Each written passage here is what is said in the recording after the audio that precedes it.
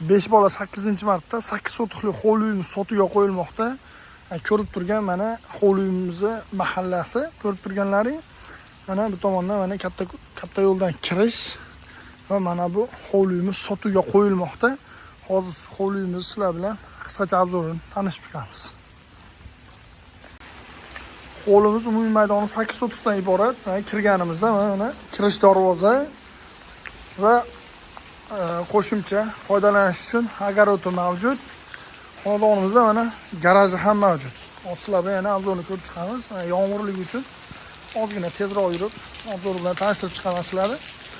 Xo'p, endi mana bu tomonda birinchi yomg'ir yog'ayotganligi sababli tashqari tomonda obzorini ko'rib chiqamiz sizlar bilan. Xo'p, bu tomonda mana chorva uchun ham sharoit qilingan xonadonimizda va mana ko'rib turganlaringdek bemalol qo'y yoki bo'lmasa mol boqish mumkin, sharoitlar qilingan.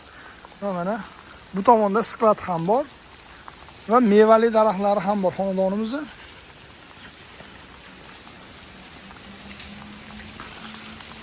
Va xo'p, xonadonimizda podvali ham mavjud. Ayrim sabablarga ko'ra podvalga tushib ko'rsatilmadik. Mana bu tomonda podval va mana bu yerda oshxonamiz, ya'ni tashqaridagi oshxona. Bo'lsa tashqarida deganimiz sababi uyning ichida ham oshxona mavjud. Xo'p, xonadonimizda umumiy ikkita sanuzel bor. Va mana bittasi anchadan beri foydalanilmagani uchun ozgina qarovsiz. Buni oladigan akalar o'zlarining dudiga mos qilib bemalol jihozlashlari yoki ta'mirlashlari mumkin. Va mana yashash tomoniga kiramiz. Kirganimizda bitta mana zal va chap tomonda oshxona. Ko'rib turganlaringdek. Xo'p, ushbu hududimizda hamma biladi, gaz muammosiz va mana yana bitta ichkaridagi sanuzel. Gaz muammosiz bu hududimizda, ya'ni 5 bolada gazda muammo yo'q. Va mana kirganimizda bitta zal qismi va bu tomonda mana mehmonxona joylashgan. Va mana bu tomonda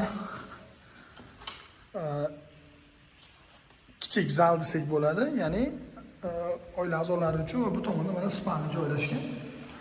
Spalnimiz hozir setlari yo'qligi uchun yoqib ko'rsatilmadik. Xo'p, xonadonimiz kirib yashash uchun tayyor desak ham bo'ladi.